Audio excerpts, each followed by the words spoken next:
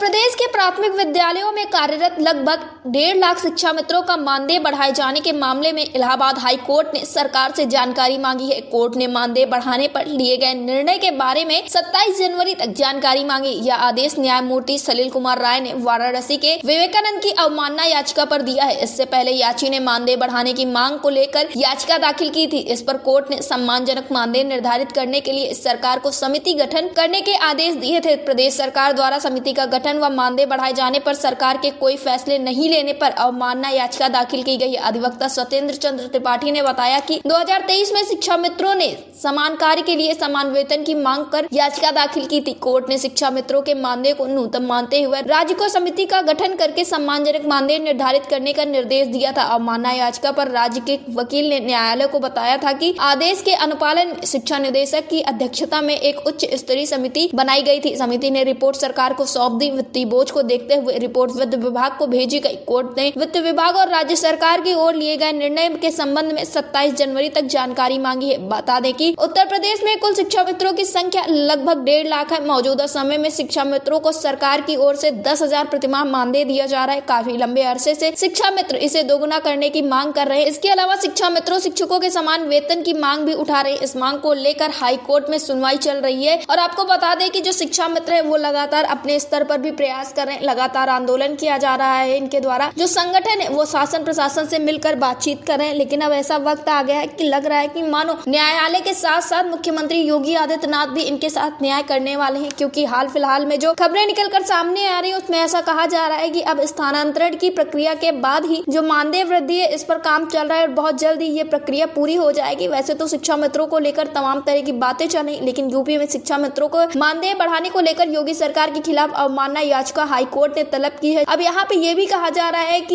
ये high court की तरफ से भी साफ कर दिया जाएगा आने वाले वक्त में कि शिक्षा मित्रों का मानदेय बढ़ेगा या नहीं बढ़ेगा। फिलहाल तो योगी सरकार ने ये बात कह दी है कि बहुत जल्दी शिक्षा मित्रों का जो मानदेय है वो बढ़ जाएगा। मानदेय में वृद्धि की वजह से जो शिक्षा मित्र हैं उनके बीच में खुशियों का उत्साह है और ऐसे में उनके बीच में ये भी बातें चल रही है कि आखिर कब तक इनका ये मानदेय बढ़ेगा। तो इस विषय पे भी लगातार अटल टीवी की टीम ने बातचीत की है संगठन के पदाधिकारियों से और भी अन्य नेताओं से, एमएलसी से। तो उनका ये कहना था कि बहुत जल्द ही ये समस्या भी हल होगी। क्योंकि ये जो प्रक्रिया है एक लंबी प्रक्रिया, जैसे स्थानांतरण के लिए शासनादेश जारी किया गया है वैसे ही जो इनकी अन्य मांगे हैं जिन पर सहमति बन चुकी है उसको लेकर भी शासनादेश जारी कर दिया जाएगा, जिससे शिक्षा मित्रों की सभी समस्याएं जो है वो हल हो जाएंगी। अब देखना ये होगा कि आखिर हाई कोर्ट का क्या फैसला आता है और इसके साथ ही योगी सरकार क्या फैसला लेने वाली है। क्योंकि इस वक्त पे महाकुंभ में सरकार व्यस्त है तो इस वजह से थोड़ा सा वक्त उनके द्वारा मांगा गया। लेकिन ये कहा जा रहा है कि इसी जनवरी के महीने में ही शायद शिक्षा मित्रों के लिए जो शासनादेश है वो जारी कर दिए जाएंगे और 27 जनवरी को कोर्ट में भी अगली सुनवाई है। तो देखना ये होगा कि पहले कोर्ट का फैसला आता है या फिर योगी सरकार शासनादेश जारी कर देते हैं। डेस्क रिपोर्ट अटल टीवी।